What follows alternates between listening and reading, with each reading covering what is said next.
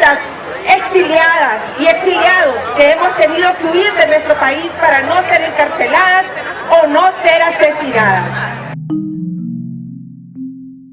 Bueno, creo que si bien todo explotó en abril del año pasado, la situación de violación de derechos humanos tenía mucho más tiempo. Posiblemente hay gente que no lo comprenda porque Nicaragua, al menos en el Istmo centroamericano, es conocido porque es uno de los países que en teoría es de los más seguros porque no hay maras ni pandillas. Bueno, sí hay pandillas, pero no en escala como hay en El Salvador, Honduras y Guatemala. Pero en teoría no hay problemas de seguridad, o sea, todo es barato, es como el paraíso en Centroamérica, ¿verdad? O sea, hay Pacífico, hay Caribe. En Nicaragua, la situación para los defensores y defensoras de derechos humanos desde siempre ha sido crítica. Siempre a lo largo de la historia hemos sido víctimas de asedio, opresión e inclusive criminalización. Pero esto es un acumulado de muchísimos años, de más de 10 años que ha habido en Nicaragua, de injusticia, de falta de institucionalidad y también de violaciones a los derechos humanos. Un ejemplo de eso en los últimos años ha sido la anulación de partidos políticos que ilegalizaron partidos políticos y la oposición formal que existía partidaria en Nicaragua, pero también la violación a la Constitución y a las leyes que prohibían la reelección de Ortega en este caso, y que fue así como él se pudo reelegir y mantener el control de todas las instituciones del Estado. They are Orteguistas, as we say, as we call them. Orteguistas because they support the president, the current president of this country, and it's really stupid because I don't know, the president doesn't even care about the people.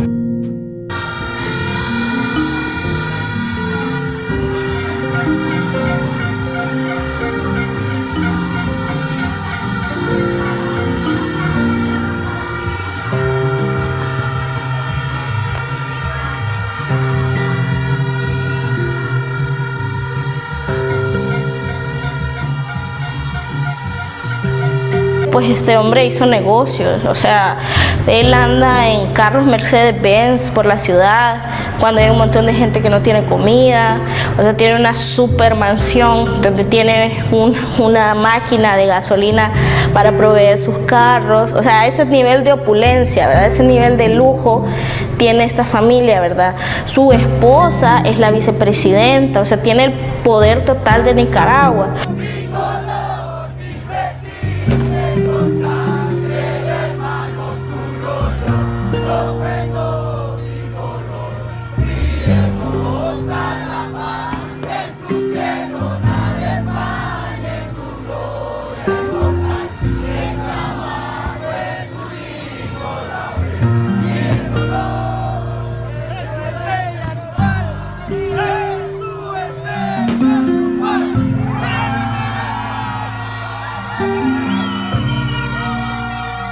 Lo que sucedió en abril es la protesta por el cansancio que ha tenido la gente de tantos desmanes en el manejo del poder, y fue también luchar en contra de la violación descarada al derecho de la movilización y de la manifestación pacífica.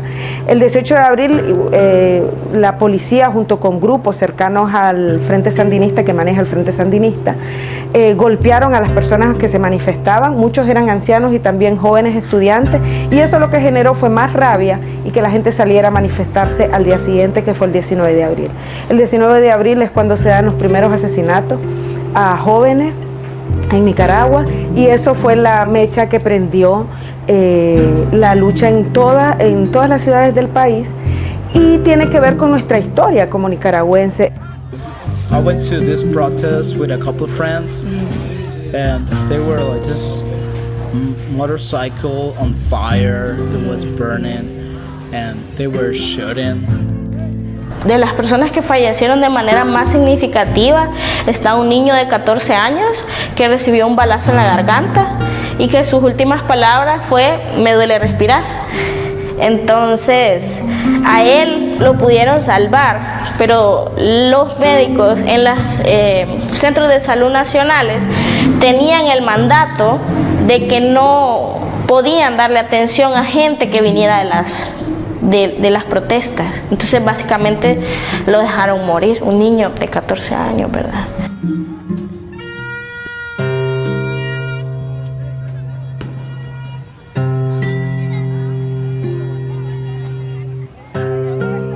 It was crazy. You were walking on the streets, you wouldn't feel secure at all. Lo que ha ocurrido en Nicaragua es una matanza.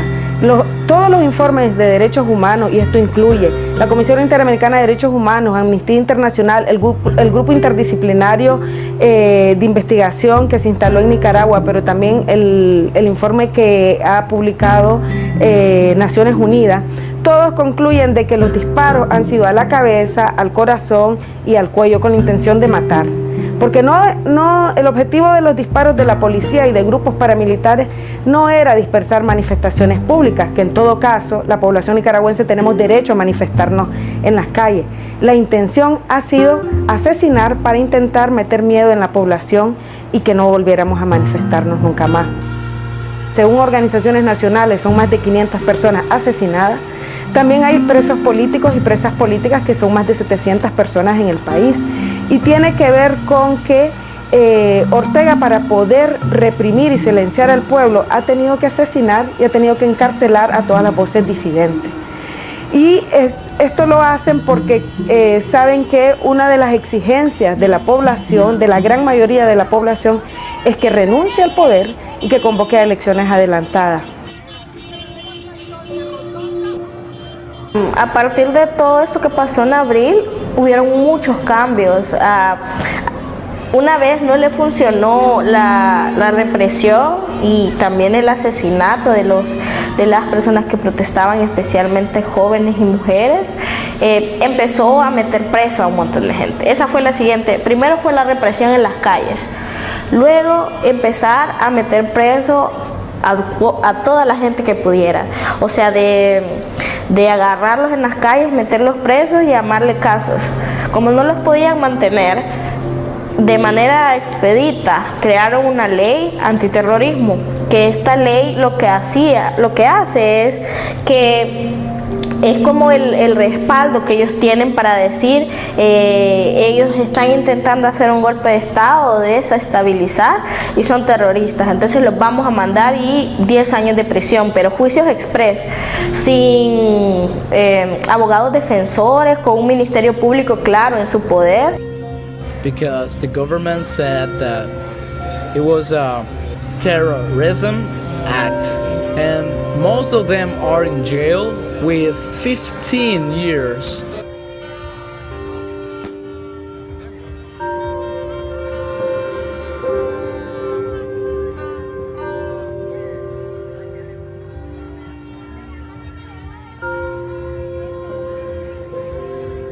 Cuando regresé al lugar donde vivo, le habían dicho a mi familia que tuviera cuidado, que sabían que era lo que yo hacía, en que participaba y todo ese tipo de cosas. Y a recibir mensajes intimidatorios a través de los distintos perfiles de redes sociales, a aparecer información publicada en los medios de propaganda e intimidación del gobierno. Aquí hay, por ejemplo, un portal Nicaleaks, similar a Wikileaks, es como la copia de Wikileaks enfocada en la publicación del espionaje que realizan las instituciones de seguridad del Estado hacia las organizaciones sociales y defensores de derechos humanos. En Nicaragua hay más de 50 periodistas que han tenido que salir al exilio para poder salvaguardar su vida, pero además tenemos 2 periodistas que están encarcelados desde hace más de un mes sin ningún juicio justo, pero tampoco ha habido ningún proceso debido en el caso, y que son presas y presos políticos, pues. Hay un montón de gente que se ha tenido que exiliar. En mi caso fue muy difícil porque fue justo yo estaba en Nicaragua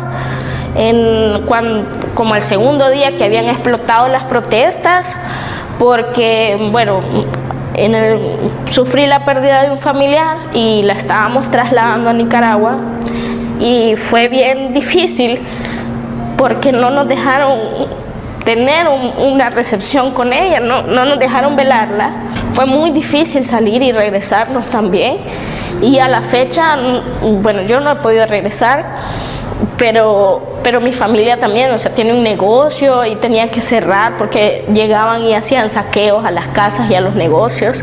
Entonces fue una situación bien complicada.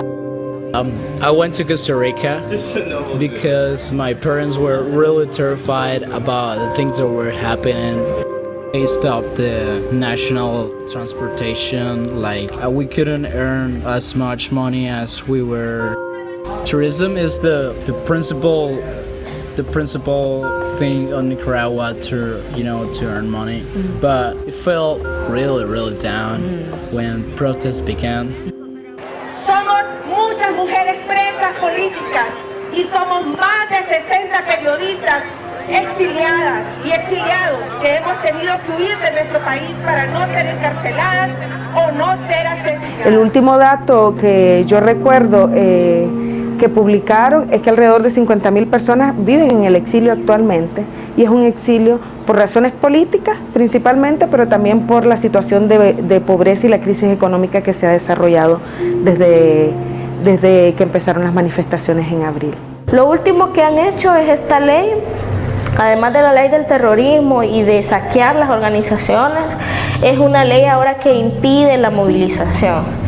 ¿Qué significa esto? Que ahora para poder hacer una concentración, marcha o protesta, tenés que mandar un permiso al gobierno, y el gobierno te lo puede aprobar o no, pero obviamente solo aprueba las movilizaciones del partido, en este caso el Frente Sandinista. Pero la amenaza es latente, la verdad que no sé qué día si el próximo detenido enjuiciado pueda ser yo o el próximo exiliado, no se sabe. Es totalmente incierto lo que nos va a deparar. En mi caso, por ejemplo, yo sí le doy un voto de confianza a las negociaciones, que en este caso ya no es un diálogo nacional, pero es entendible que con sistemas como este se negocia, no se dialoga, y la confianza y la esperanza, más que la confianza, la esperanza es que puedan lograr una negociación que, aunque se exceda en algunos aspectos con el gobierno, garantice el resarcimiento a las víctimas. Daniel Ortega has to be inside of the government anymore, because we need a change, Estamos esperando que esto cambie, pues, o sea, que la gente pueda regresar a su país y que ya no tengan que estar exiliados por un gobierno que los persigue, que los criminaliza y que los está matando, pues, a los jóvenes. O sea, un montón de madres que han perdido a sus hijos. Hubo una marcha, de hecho, en el 30 de mayo, que es el Día de la Madre, que incluso en esa marcha de madres que habían perdido a sus hijos, la atacaron con balazos y murieron personas ese día. Entonces, o sea, llegan a un nivel de impunidad y de injusticia que la gente que lo cuenta, o sea, es como que si les estuvieran quitando el aire. Entonces, yo realmente espero que la situación cambie y que yo, cuando regrese, Nicaragua sea libre.